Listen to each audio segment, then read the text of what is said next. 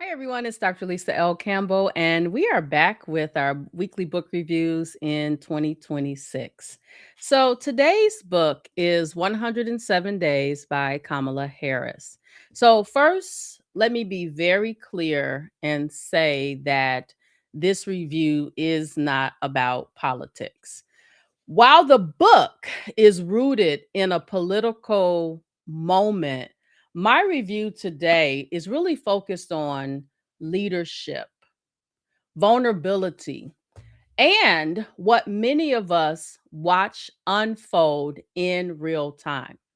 We witnessed a woman come remarkably close to something that I hope to genuinely see in my lifetime, a female president of the United States. I have to admit that I don't think the world is ready for a female president. But nonetheless, I said this wasn't about politics, so let's continue. So after reading this book, I realized how little I actually know about politics. When we have the presidential election, I make it a point to watch both the Democratic and the Republican national conventions so that I can hear directly from all the candidates, even though I'm not voting for all of them, right? But I'll be honest, it can feel a little overwhelming. So much information, so many voices, so much noise. Approaching this book for me as a leadership lens created a space for reflection as opposed to debate. I will tell you, it took me a little while to read it. I had a couple of other books that I was reading at the same time. And I actually finished it the day after Christmas of last year. So, one of the things reading this book reminded me is that we can observe pressure, preparation, and presence without choosing sides. While meaningful progress has been made, moments like this also shed a light on how cultural readiness, perception, and expectation continue to evolve. So rather than focus on, the whole spectacle behind this, 107 days for me reveals discipline, structure, and the responsibility required to lead in a high stakes, compressed season of life. Kamala Harris offers us insight into decision making when time is limited, when scrutiny is constant, and every move you make matters. And what stands out the most for me is the reminder that leadership is rarely shaped in the comfort zone. It is revealed through consistency and restraint when honestly the margin for error is small. As usual, I have 5 growth moments that I want to talk about. So, number one, leadership is revealed under pressure. The intensity of this 107-day timeline exposes priorities quickly. This book shows how preparation and discipline allow leaders to move forward without panic when timelines shrink and the stakes are high. They continue to rise.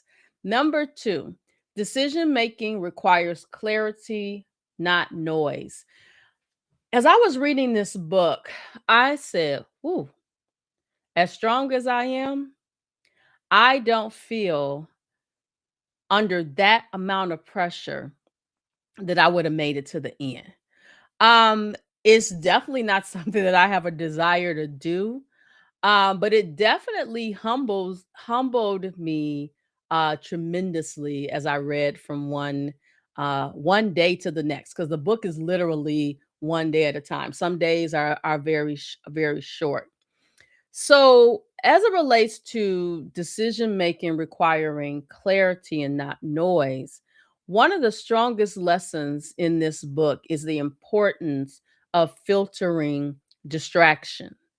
Growth often depends on knowing what deserves your attention and honestly what you need to put to the side, especially when every voice is demanding a response. Number three, resilience is built before the crisis arrives. So I said I couldn't do it. I feel like she's been preparing for this for her whole life. And I want to just really call out here the importance of building resilience, right? Resilience does not suddenly appear in difficult moments. It is cultivated long before through habits and values and a steady commitment to your purpose. So while I feel like I wouldn't undertake what she did, I'm walking in alignment with my own purpose, my own assignment. Number four, representation carries responsibility. Let me say that again. Representation requires responsibility. Mm. Visibility matters. Harris reflects on the weight that comes with being seen and the responsibility that accompanies representation. Presence and posture and consistency matter not only for the individual, but for everyone who's watching and learning what leadership looks like. I was reading this other book that talked about how children model the behaviors of their parents. And so how we have to be, really intentional about modeling the correct behavior. But presence, posture and consistency matter. They do. Number 5. Short seasons can shape long-term growth. Seasons can shape long term growth. Even in brief, intense seasons can leave you some lasting impressions. Growth is not always slow and steady. Sometimes it is forged quickly through accountability, endurance, and focus. Accountability, endurance, and focus. 107 days left me thinking less about outcomes and more about endurance, about what it takes to stay steady when the spotlight is constant. The timeline is short, whew, but the expectations are heavy. Reading this book really challenged me to consider how often we underestimate preparation required for visible leadership. Well, as usual, guys, this has been another weekly book review by Dr. Lisa L. Campbell, The Growth Motivator. Don't forget to check out 52 Authors, 52 Weeks, which airs on LinkedIn, our LinkedIn page, also Facebook and YouTube under the name Dr. Lisa L. Campbell. And don't forget to scan the QR code to get a copy of my book list. I have about 600 books right now. Oh my gosh. You know what?